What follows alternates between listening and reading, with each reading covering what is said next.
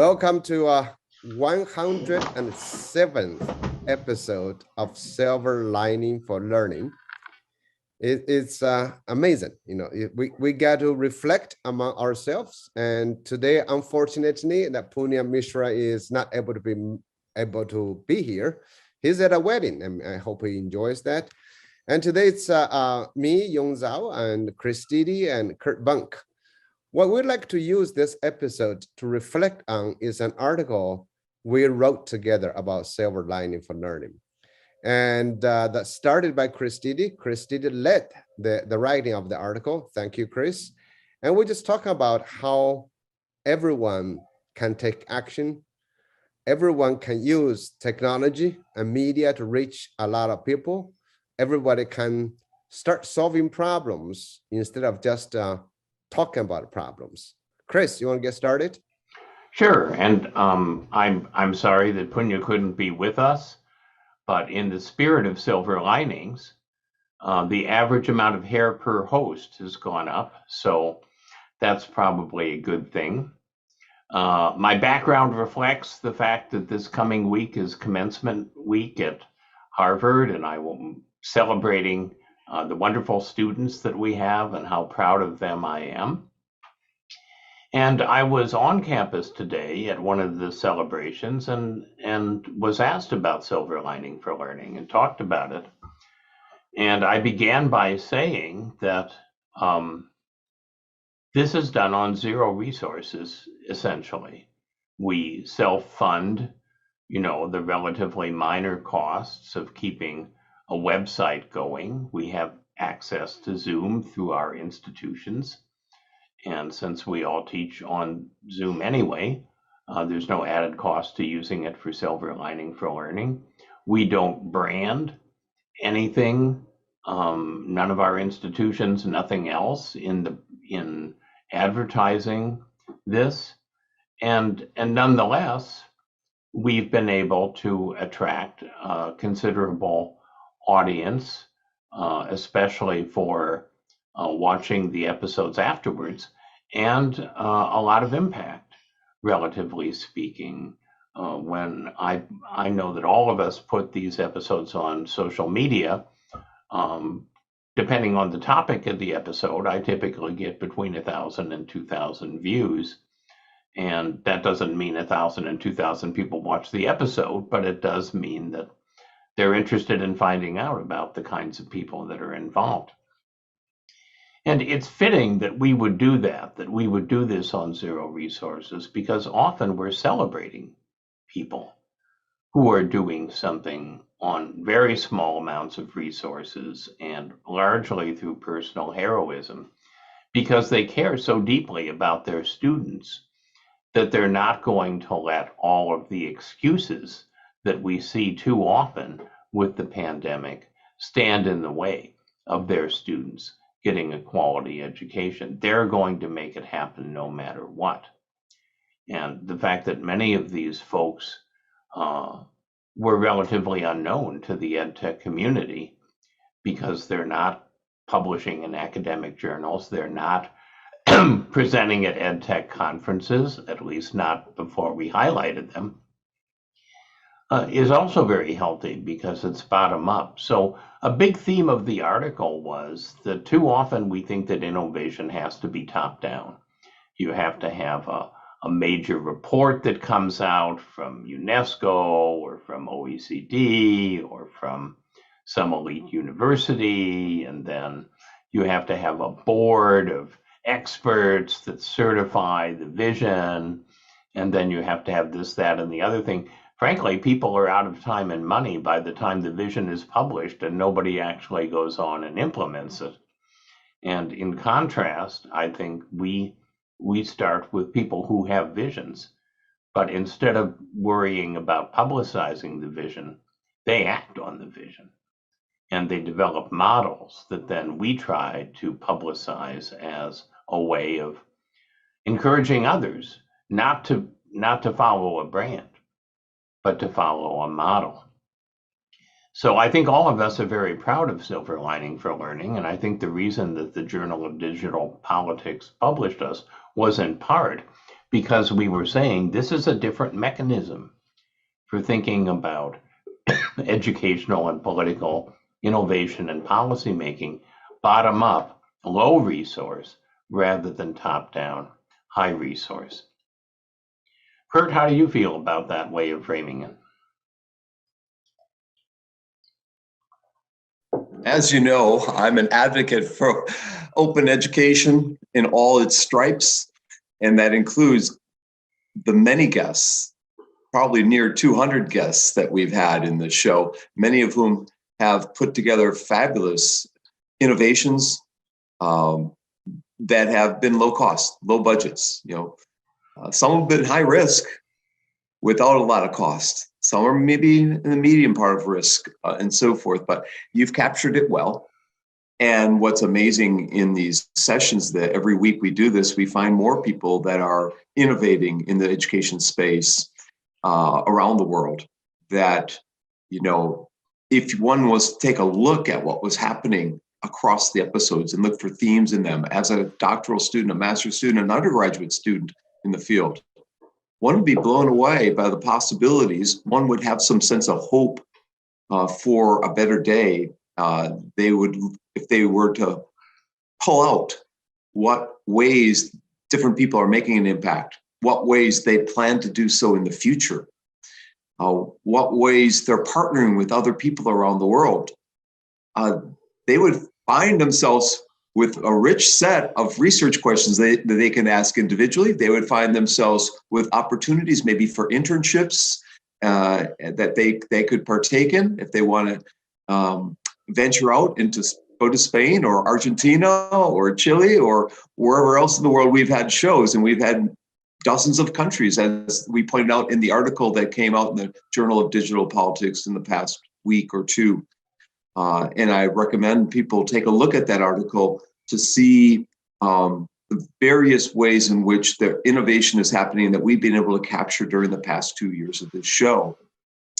What I think was important, in the past couple of shows since our 100th episode is really, because I've been leading the host on several of those, just the rich resources that people like Quality Matters, World Savvy, the Center for Global Education have provided for us without even having to ask them for it. Just maybe I asked for one or two things and I just got a plethora of rich resources that they're providing for teachers or for students or for instructional designers looking to get a certificate in quality from Quality Matters.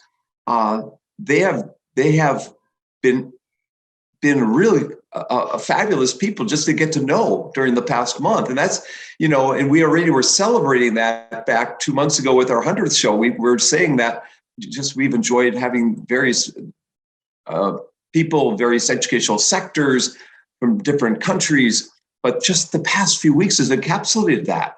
Last week's show with the Center for Global Education out of Calgary, well, of course, Peru and Argentina was a case in point for what is going on around the world. And each one of those people could have been the guest for the week. We had 3 people who were doing innovative things, which is really, illuminating to me and important to me. And we have coming up a crop of really interesting shows this summer. We'll have to talk. We have 6 shows left to fill in, and we're trying to fill in those gaps. I have contacted 6 or 7 people coming up. In fact, today, 3 folks, including the woman from Chicago. We had talked about Nicole Picard, who's working on the Digital Youth Network and many other things at Northwestern University. I contacted her today. I contacted Code in Place people at Stanford who are distributing the education, that the teaching practices across 900 different instructors, and they have 20,000 people taking their massive open online class on learning to code. So I contacted them today. And I also contacted someone from the National Lab for Educational Transformation, and some people there as well, Chris. And I also EduVentures I contacted during the week. So a lot of people are upcoming in future shows, and I want to alert people, if you're going to be on vacation this summer, to make sure you go back to the recordings and take a listen to what we've got. I have another comment, but I think I'll hold off on the second comment and I'll let Yong jump in here. Yong, do you want to add to what Chris has said, what I've said, and anything else about the article? Sure. I mean, I think just add on to that. First of all, I mean, I had never expected that we would reach out to so many people, places where you would not pay attention or heard about. Pakistan, for example, Nepal, Peru, and these are amazing places. We had people from Italy, from Israel. I mean, these are not often, people in the US or in the UK have a chance to interact with, to hear. I think that's really such a amazing things. Secondly, I think it's the when we talk about innovation, I was just chatting with Chris about this. We have truly come at a time, we have the technology that can enable individuals to lead the world. The Swedish girl who started this global climate protest, that was shocking, it was amazing. Without to this technology, that's impossible. It's just really but she did it. But then she inspired a lot of more people. I think every one of us here, we have our own jobs, but we can do something. Like Chris was saying, no funding, no work with others. With whatever technology we have, we can recreate opportunities. I really want that message to go to a lot of people. The reason we do these weekly shows is really to highlight, to inspire, to show people what is possible everywhere. Another thing I think we've done well, is we have truly an archive. Many people have asked, so you could do a podcast. Yes, we could if we had the funding, but none of us really had the time to do the podcasting. We'd encourage anybody to do podcasting, to convert it, but we don't have time. But we do have an archive, a live archive, actually an archive with images, with people, with different things. When Curt, you're talking about undergraduate, master's, doctoral students, or any professionals who come to Silver Lining for Learning, they can truly be inspired. They can see this. I think a while back, we were talking about, if you look at episode 1 to episode 107, we actually see progression, we see changes. It's 2 years, 2.5 years, we'll move on. But if we continue this for a long time, it is actually interesting chronicle of changes, of potentials, of possibilities. Another thing I think we've done well, in this is that we have a very, I wouldn't say, well, maybe it's democratic. Like Curt, we do the best of what we do. So some of us, inviting more people. Some of us are doing more in a video editing, like Punya. Some people are managing the technology, but everybody is trying to make this thing as great as possible without being assigned a task. Now, that is how the 4 of us have worked, 5 or 6 of us in the beginning. And that how it's more of a democratic volunteering, we want to work on this. I think that's an interesting model that is worth something. It's no organization, no structure, another thing, by the way, I want to just chat a little bit about it. When I'm asked, I'm sure Curt and Chris, this is the same for you, to do a webinar or to do podcasts with people always have a technology team. They always have somebody doing that. The 4 of us, we are the host, we are the everything. We do our own blog, we do the writing, we do our thing talking. We don't have a technology, we just kind of make do. So somehow it has worked. So this is more of a message, I think, to all of us to say, if you don't like something, do something about it. And then when you do something, that something might reach a global audience. You might inspire people from other places. So that's my comment. I don't know if Chris, Curt, you want to jump on? Yeah, I want to talk about a couple things, building on what the two of you have said. Um, one of them is that too often people hear about an educational innovation that sounds promising, something they might want to adapt to their own setting, but they don't know enough about it in order to be able to do anything with it. Uh, Obviously, if you read about it in a newspaper, there might be a couple sentences or maybe even a whole paragraph, but it's not going to get into the how to and what to avoid and don't make this mistake and what are the conditions for success, which you really need in order to seriously consider adapting something. And that's also true for things that are published in scholarly articles. Yeah, the scholarly articles are a lot longer, but frequently, while they may attempt to validate whatever the claims are being made about the innovation, they don't really tell you how to do the innovation.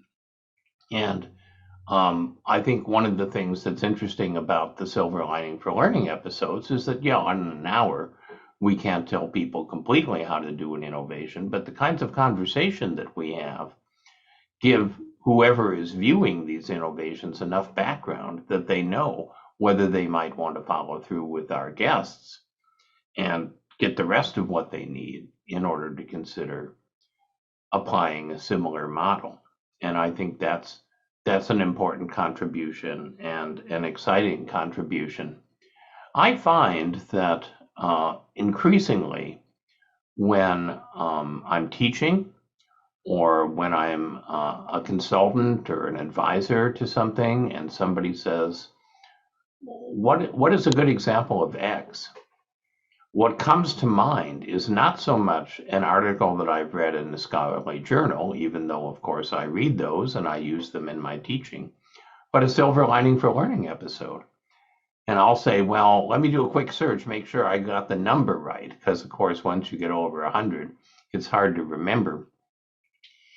And then I say, well, why don't you take a look at episode, 57, because actually this speaks to a couple of the kinds of things that you're talking about. And so it's becoming a kind of a knowledge archive that's quite different than either the journalistic knowledge archive, which is often what podcasts are like, or the scholarly literature, which is what research journals are like. And I guess I want to say something about scholars. All of us are scholars, and we have a profound respect for evidence, and we know the kinds of methodologies that are legitimate in terms of producing evidence. And when we teach, we bring those resources and we bring that lens into what we teach.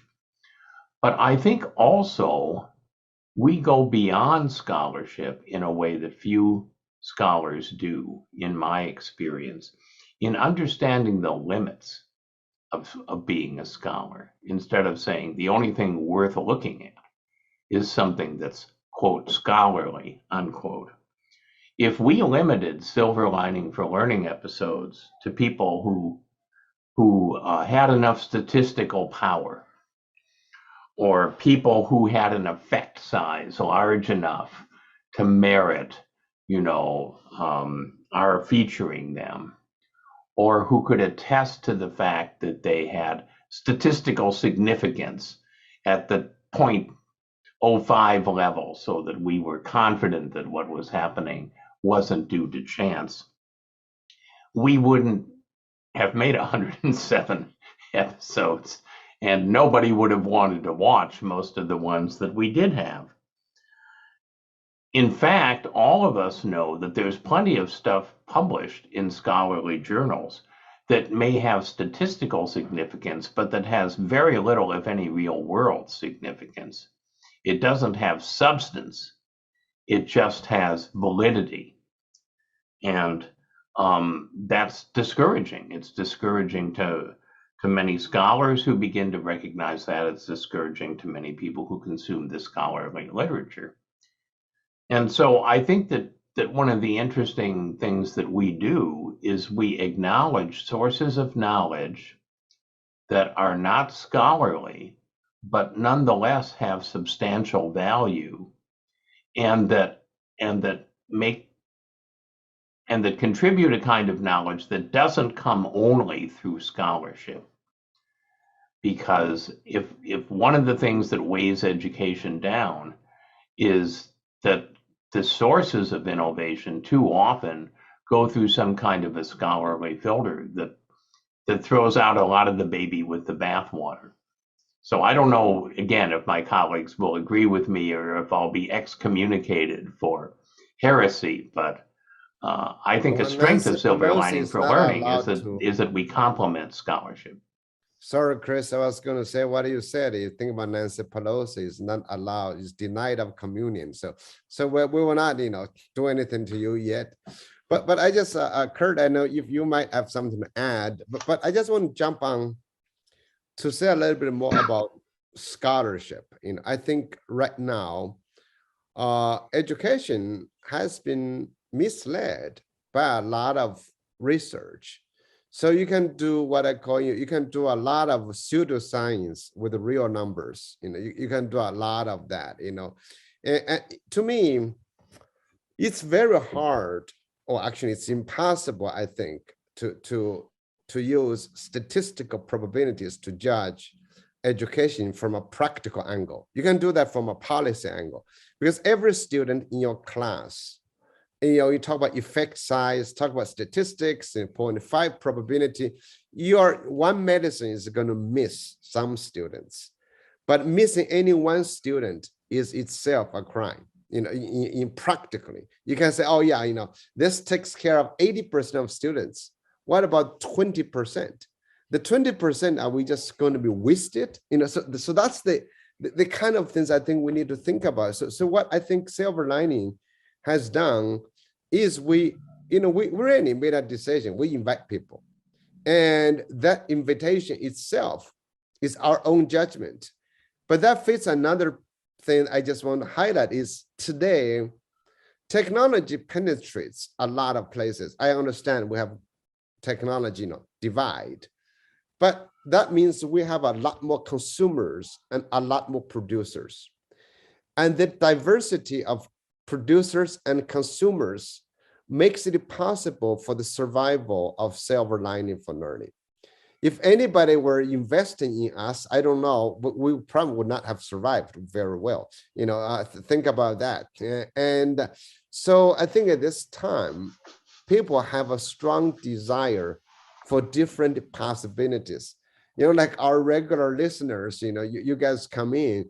I don't know what you guys get out of it, but anyway, you hang out with us. Thank you so much. And people who watch us, people who continue to subscribe to our channels. So there must be something that meets the diverse needs of people. I think that diversity is increasing. So we need to produce, I think, a more diverse set of content for a lot of different people. Curt? I have 3 or 4 things to comment on what you've all said. In some ways, what Chris was saying is that this show takes us out of the ivory tower thinking that we're blamed for oftentimes throughout our careers. If someone was to blame us for, or relatives, friends, colleagues for ivory tower thinking, we now have 107 episodes that we could use to prove them wrong. That we do get into the real world and what's actually happening to impact people's lives.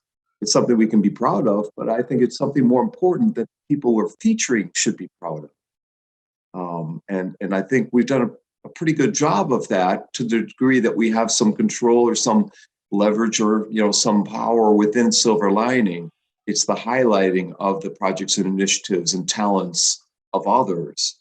And I think we have to continue that focus. Of course, identifying areas that we hadn't addressed that well in the past, such as the recent focus on cross-cultural collaboration and international exchanges. We've been able to highlight that during the past couple of months. We're going to do that as well throughout the summer. That's one thing I think that we have provided is it almost kind of leveling the playing field. So, and letting anyone, who's done something on their own or in a team or within an organization, a nonprofit organization that hasn't had that opportunity to be highlighted by the news media or by their institutions or whatever. We've been able to do some of that spotlighting. I think that's important. And we need to continue that. The second thing is Chris mentioned the word substance. And, when you're training graduate students, and when I was trained as a graduate student, it was a rare occasion when the professor talked about taking the research you're doing and thinking about the end of the article that you might write up about the future directions, about the implications, and about the impact. That was the part of the dissertation that they really didn't talk as much about as they did the method section and the statistical significance and the validity and the reliability and on and on and on, and the methodology, making sure you have it explained clearly for everybody else so it can be replicated and so forth. But it's the substance, why are they doing that? The so what question, which often gets asked at dissertation defenses, the so what question. We're extending the so what question within the silver lining for learning. And we're getting at the substance of what one is doing and what one could do.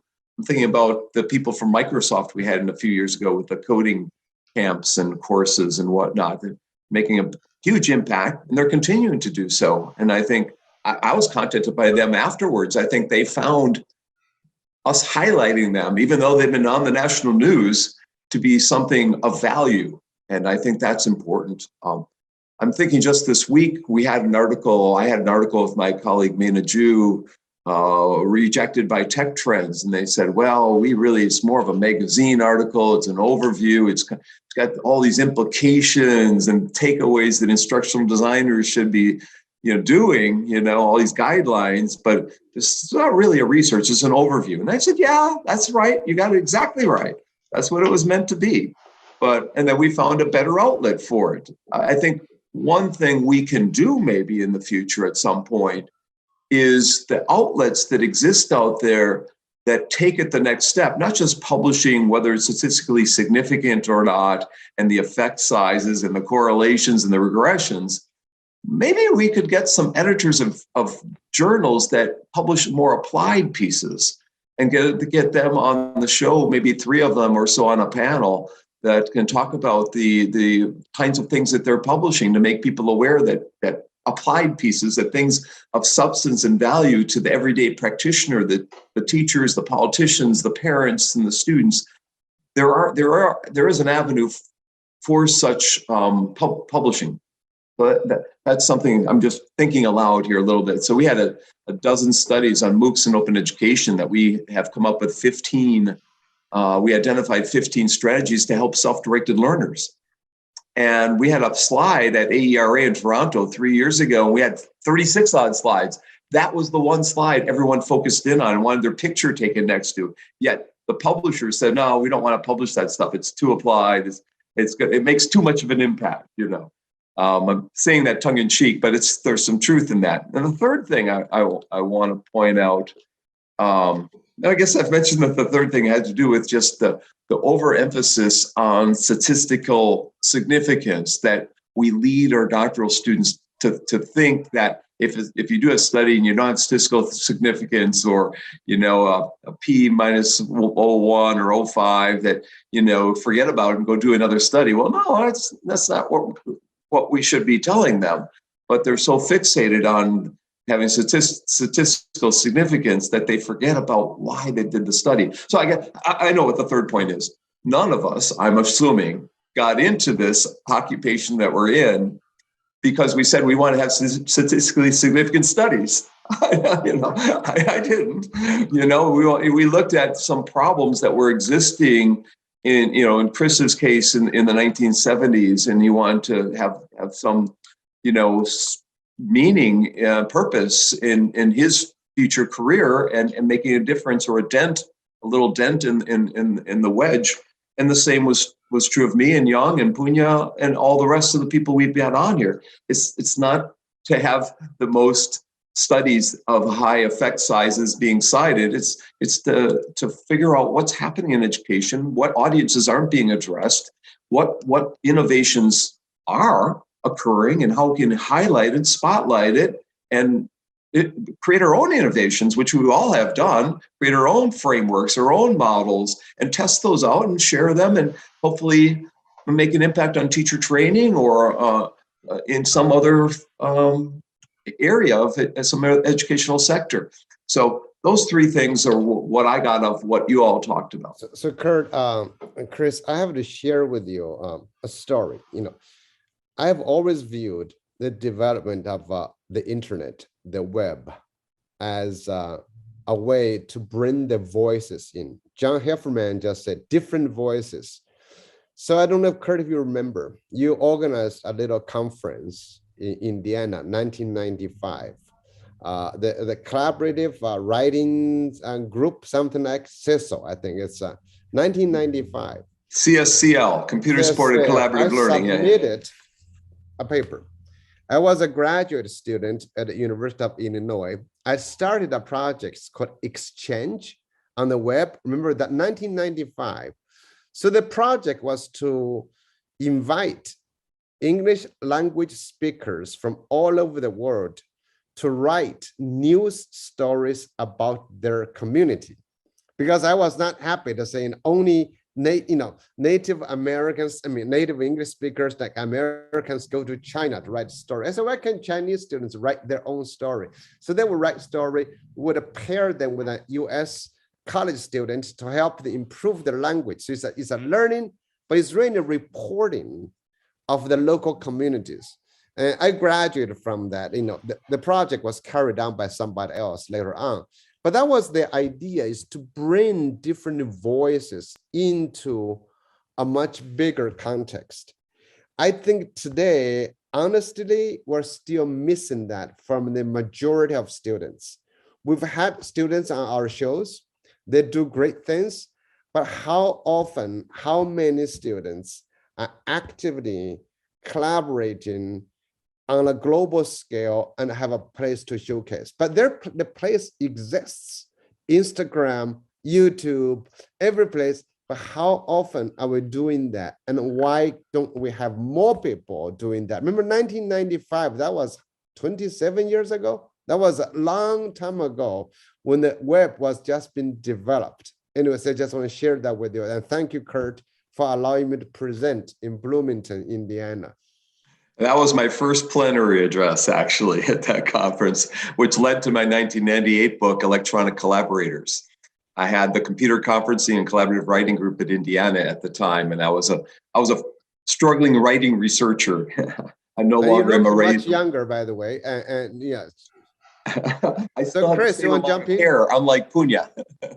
So I know I'm not supposed to do this, but I'm going to reveal the secret sauce for the show so that our competitors can start their own shows. I told my students today I wanted to see a competing show with nothing but young women on it to kind of provide a nice contrast to us old guys. Oh no, the secret sauce. He's going to reveal it right now. I'm going to reveal the secret sauce. The secret sauce is narrative and personality.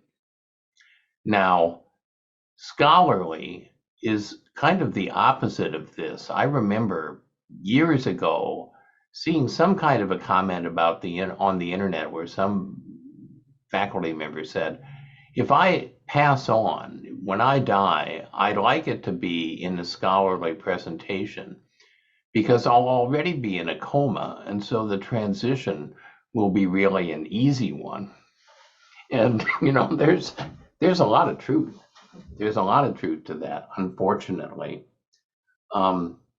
We are creatures of narrative. Human beings are creatures of narrative. We love storytelling. Yong says, let me tell you a story, and everybody perks up. And one of the things that I think we do well on Silver Lining for Learning, without scripting it, we don't get together and discuss it in advance. Everything is improv, but we've all done plenary and keynote speeches. We know the power of storytelling. And individually and collectively, we weave stories around what our guests are telling us, which often is a story. We draw them out about it as a story, as opposed to a journal article or a newspaper report. And we have larger story themes that run through collections of episodes, as Curt was talking about when he talked about the different global oriented innovations. And I think that our individual and collective ability to have these narratives that are interwoven into the episodes is one reason that people are willing to keep watching and seeking out what we're doing, is because we make it interesting in that way, in a way that unfortunately scholarly presentations often fail. The other thing is personality. Now, these are not new ideas. Any television producer for a show like The View or 60 Minutes is just sort of sitting there saying, well, of course, that's so basic. Why is this guy bothering to even talk about it? Well, it's not basic in education, at least not knowledge dissemination within education, and it should be. We have 4 distinct personalities. I think it's clear in the context of the show that we genuinely like one another, but it's also clear that there's some creative tension between the different lenses that we view education through and the different kinds of solutions that we think have the most promise. And again, across time, people enjoy, I think, that kind of an interplay of personalities, whether it's on this show or on other kinds of long-running, essentially talk shows of different kinds. I'm not suggesting that we're ready to compete with Saturday Night Live or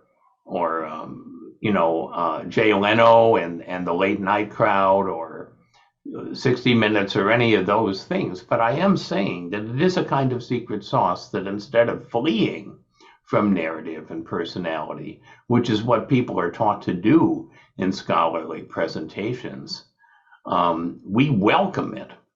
And that is, again, I think, part of the secret sauce. What do you two think? Chris, thanks for sharing the secret sauce. I think that your comment of personality is quite interesting. Why do we, the 4 of us hang out together, right now for this long? You got to think about this too. Both Punya and I are immigrants. We came to this country when we were adults. Like I came to this country when I was 27. I think about the same age Punya came. And we represent 2 largest countries, and China and India. So we had our education in a very interesting background, China, India, and then we came to the US. And how somehow we survived here, we're doing things. So we always have that really strong culture that influences us. We are never away truly from that. It's when I tell people how kind of incapable I am as an American. I don't know many things, about America, but I know the academia very well. I know education very well. So, and then of course, you and Curt all come out of Milwaukee. How the hell, what the hell that is? Has that anything to do with the cultural background? But you went to different background, you went different ways. You went to California, and Curt went to up north. In Madison. So I'm just thinking about all individuals, how the 4 of us get together, like each other and challenge each other. That we're never truly in complete agreement, and we all actually do different things. I think that adds to the different perspectives. Like we ask different questions, we approach same things. I think that is something, again, not only Silver Lining can do, but every other show can do. But quite often we get shows that you have too much of the same opinion. I think the personality difference actually matters. That is it's something that we all share. So this is, I just want to add that. Curt? Yeah, narrative. it's around us all the time in our teaching, our courses, in our committee work, on the strategic reports that we do, in the books we write. My recent book, Transformative Teaching Around the World, is 42 stories, short stories, 1,000 word to 3,000 word. Unfortunately, most books in academia are these 8,000 to 10,000 word chapters that you have to struggle and plod your way through. And we have to make education more inviting for people and make people captured by the stories of success and failure. I'm currently reading Thomas Edison's biography, and many failures, and the reason Pixar became such a success, they embraced failure. So we can talk about not only the successes in the innovations, but we are willing to talk about the failures along the way. Notice some of us ask questions about the failures and the challenges. I think that was the last question I asked last week, was what challenges do you still face despite the successes at the Center for Global Education in Peru, in Argentina, and around the world? We're interested in that. And I think people can take that, those stories of challenges, failures, trepidations, and think about their own lives, their own path, their own innovations, and maybe internally say, oh, if it was okay for Terry up in Calgary to reach out to others to address the challenges that he faces, maybe I need to be reaching out to folks too, in other parts of the world to address the needs of my students in Canada or the UK or Myanmar or wherever you happen to be. I think that's part of the storytelling that takes place should be in our books, it should be in our courses, it should be in our speeches, and it should be at the start of our articles. If you want to get something, you want to get an editor or reviewer encapsulated and intrigued by your research that you've done, start with a story. And so I agree with Chris, the narrative components. And with an hour show, there's sometimes we shortchange people in telling their stories, because there's so much more that I want to hear from them when they give us a 2-minute bio or 1 minute, different people last week and the week before, people from Quality Matters. They're fascinating folks, each one of them. I was just blown away by what they had to say, even though we didn't necessarily agree with the vision or aspects of Quality Matters, because we're kind of the rebels out there who want to self-direct and design and help learners and teachers design their own learning, not be impacted by pre-canned and pre-structured assessments. But they were really interesting people, of how reflective, very thoughtful, and very, very engaging in their own, each of them their own right. And I think each week we've had people who have accomplished something of value. And oftentimes a minute or 2 or 5 minutes doesn't really do justice to them. So we have their emails in the blog post for people. If you're watching this, you can reach out to them, and that's purposeful. We're doing that. We've brought some people back in episode 101 and episode 100, and we'll do some of that in the future as well. We'll find out what they're currently doing and get their updated stories and so forth. So yes, narrative and personality. That goes without saying. We got Punya on this show. If there's a similar personality in education, I want to see his doppelganger, but I don't think that one exists. I think Punya is Punya, and we're glad to have him with us. And when he's watching this show later, we'll make him laugh a little bit here. So yeah, our personalities, we wouldn't want us all to be the same. We definitely wouldn't want us all to be the same, and we have our own strengths and our own challenges that we face and so forth. I'm sorry, Yong, you're going to jump in. I was going to jump in when you said that, because there's one important thing I think Christina shared, the secret source is the medium that matters. We're doing a Zoom, a video show, which actually, if you convert it completely into a podcast, simply audio, may not capture. And when you talk about stories, a lot of the stories we talk about on the video show cannot be written. You will not read it as interesting. The writing, I'm sure a lot of people are trying to convert novels into movies at the same challenge. It is, think about Harry Potter, right? You convert this Harry Potter into a real person, that just changes the whole thing.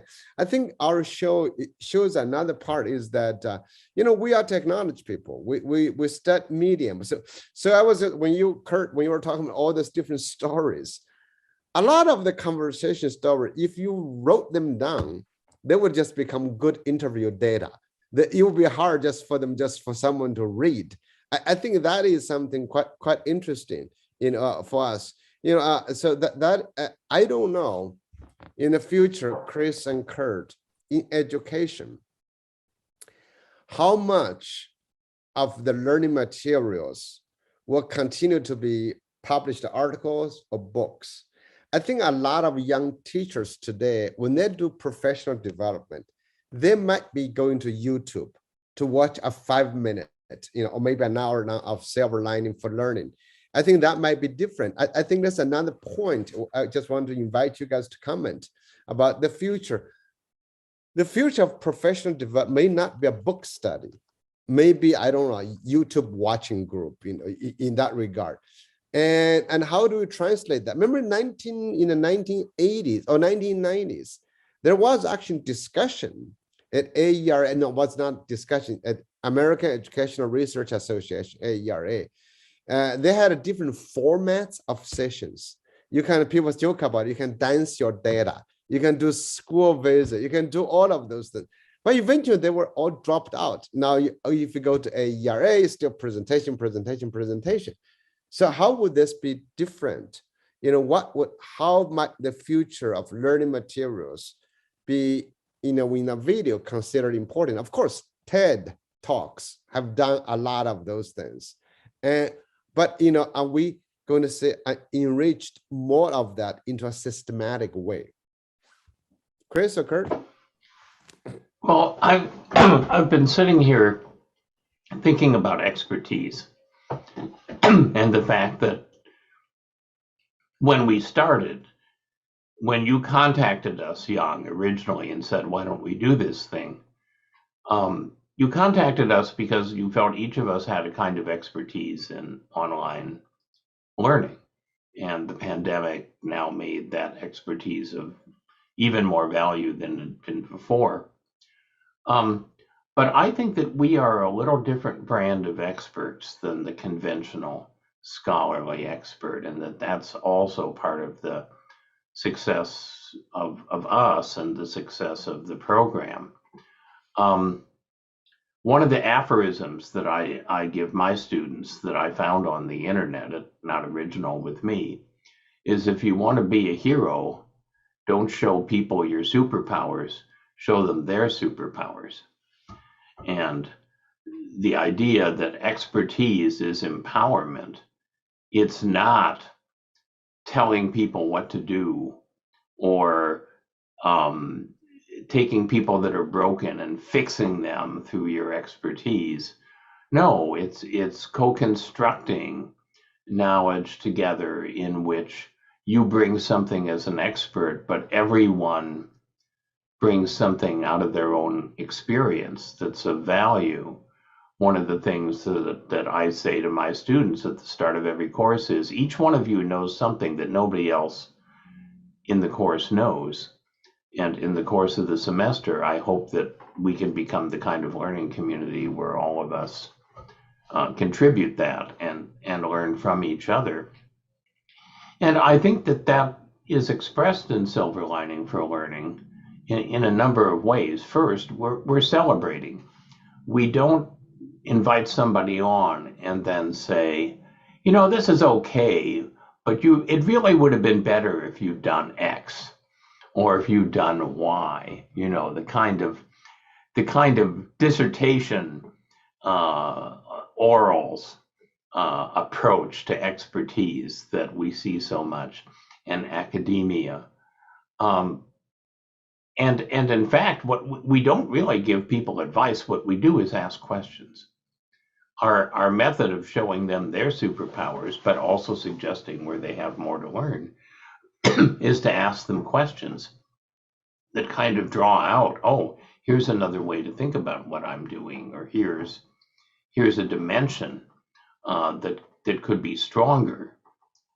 And I think that kind of constructive expertise in which the expert begins by acknowledging all the things they don't know, and that really the most important form of expertise is not giving people answers, it's giving them the right questions to think about, evolving knowledge together. That is a strength of the show. And again, I think it's one of the similarities that we have. That's why we all get along. So, Yong, I'm going to have you answer your own question in a second.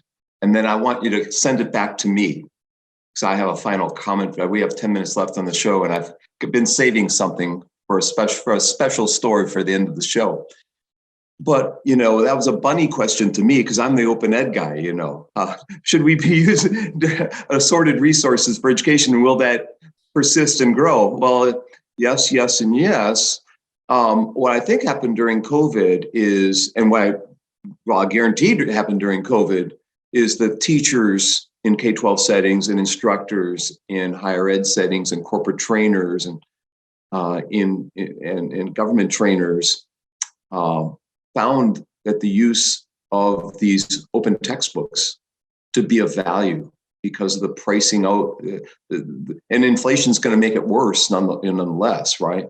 So if you have a $150 or $200 textbook and now there's inflation of 7 or 8% on that, the cost of books next fall is going to be ridiculous. And so even more people be exploring the use of open educational formats in one way, shape, or form, whether it's TED Talks and other YouTube channels like our own. This is a YouTube channel, people are watching later. But, as I've said before, I was a bored accountant. I was bored to tears, and I took TV and correspondence courses to get into grad school. I didn't have enough psychology to get in. And I didn't care if there were audio tapes. I wanted them. I didn't care if there were mail packets coming from Wisconsin, which they were.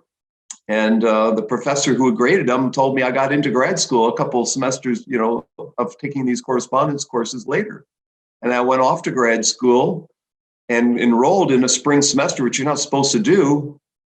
I'm supposed to start in the fall, which everyone thought I was going to do. I snuck right in. And I took 12 credits. And at the end of the 12 credits, I got my acceptance letter into the program. If it wasn't for taking these correspondence and TV courses, my whole life would have changed quite a bit, actually. I would have started grad school later, if at all. And I think the variety of resources, the pie that we slice up, is dramatically changing. I point out in my intro course the assortment of resources that are available today and what was available 40 years ago when the course was created, and as well as 10 years ago when I first taught the course. It's constantly in a state of flux or change, and we got to have an invitational format for our students to explore those said resources with our expert guidance on them, and constantly being a concierge, or curator, a counselor, a coach for our students in their learning paths. And that's going to become more explicit as we go through this decade and on to the next one. And of course, the resources at our fingertips are exploding. So our job as concierges and curators and cultivators of learning and consultants and coaches is becoming really fascinating. It's fun, but it's also demanding and challenging at the same time. So I'm going to have you answer. We've got 5-6 minutes left. If you can answer in a couple of minutes, Yong, and throw it back to me. You want to answer your own question? Well, I mean, I don't think I can give it an answer. I think it's, when I'm asked to predict a future or answer those questions, I always ask people to say, well, are you a weatherman? You're trying to forecast, or are you an interventionist? People say, oh, talk about the future. I said, well, do you want me to intervene? The future I wish I could have, that wish I could contribute to, or simply just make a prediction? So I've done that for education's future. I mean, I think, from really, because we are all educators, we have purposes, we have views, we have our opinions. And in my mind, I think I never believe in the replacement theory, not in the, not the social one, not the recent massacre, because we used to have a replacement theory in education, that is one technology is going to replace another technology. Remember, we used to always believe that. I'm more into the into the idea of the hypermedia one. That is, different technology does different things. Books will still be needed for carry on certain concepts. Journal articles will be there, carry on certain concepts. But honestly, actually, when Punya and I were at Michigan State University, we tried to change the tenure criteria to look at the software produced, to look at other things we produce. Could they be counted as products? We were not very successful, but we tried. That was since 1996. So I think in the future, teacher professional development, you probably will see a lot more using video, audio. I think our today's youth consume a lot more video and audio products than we would ever do it. I still watch a little bit of video, but I'm never near close to my children's. And a lot of young teachers enter this field. I think they are much more used to do that. And also video may carry certain things that books and articles don't carry, I think. But I wonder a lot is in our school, in our graduate school, when you prepare PhD students at Harvard, at Indiana, or Kansas, or Arizona State, or wherever we are, how long would it take for us to accept different formats of scholarship? I think in arts, in dancing, they may have taken that differently, but in education, in sciences, other ways of doing that. I've always admired scientists who can go beyond their own field to write books for the public. Those that were great. Just Steven Pinker. You look at them. Stephen Jay Gould, and all those people. Were really good. So, but in education, how long would take? In my class, I still use academic articles, academic books, and it'll be hard to bring in a nonfiction popular book in. But anyway, I think that's a long way to not give you an answer. Go back to you, Curt. So thank you, Yong. So normally, if you've been watching along for the first 107 episodes, every 4 or 5 weeks, we reflect on the previous episodes. We haven't exactly done that today. We might have reflected on the Quality Matters or the Center for Global Ed, all these shows that we ran, right? Normally we do that. Today we didn't. That's okay. I had summarized it all for us. I spent an hour doing so. And the story is that my dog found my pad of paper and he tore all my notes up. And so I had to recreate. Oliver got to it and he didn't make me happy. He got the whole pad of paper and this happened to be on the front. I'll mention, I found a couple of things off of there. So I'll just mention a couple of things from the previous show that I thought were sort of important, maybe not. But I think John Hefferman and Dodzy last week, and I think Sylvia maybe was the third person who asked us about pre-service teachers and the competencies that might be needed for the future. And, each of those episodes that we've had during the past 4 or 5 weeks got us to think about teacher training and how do we develop curriculum to get at student cross-cultural activities and projects and global education and social competencies and social perspective taking or social cognition. So how might we transform our teacher training programs to have it be sort of secondhand that teachers will be engaging in global education and global projects and that kind of thing? And could we, as silver lining people, could we have some kind of certificate for people who watch 10 of our shows and get this and do something with the content and take it to heart and produce something and give them a SSL certificate? That was one thing that I was thinking about. during the week this week. How can we get these teachers to be kind of aware of, World Savvy and EPALS and Taking It Global and the Center for Global Ed and all these entities that exist out there that the majority of teachers have never heard of? Is there a way to connect the dots? And we've done some of that during the past few weeks in here. That I think is good for us. And many talked about the surge of teachers interested in what they're doing at World Savvy or at Taking It Global or at the Center for Global Ed. Is that just a blip because of COVID, or is it permanent? And if it's permanent, how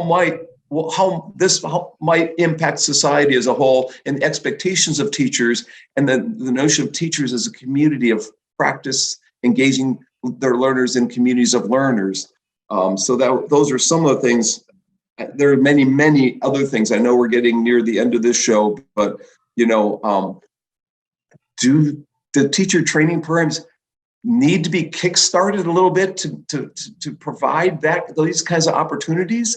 And where does the leadership come from? Is it the federal government? Is it state? Is it organizations like us that do that provide the scaffolding for projects that are intercultural, cross-institutional in nature?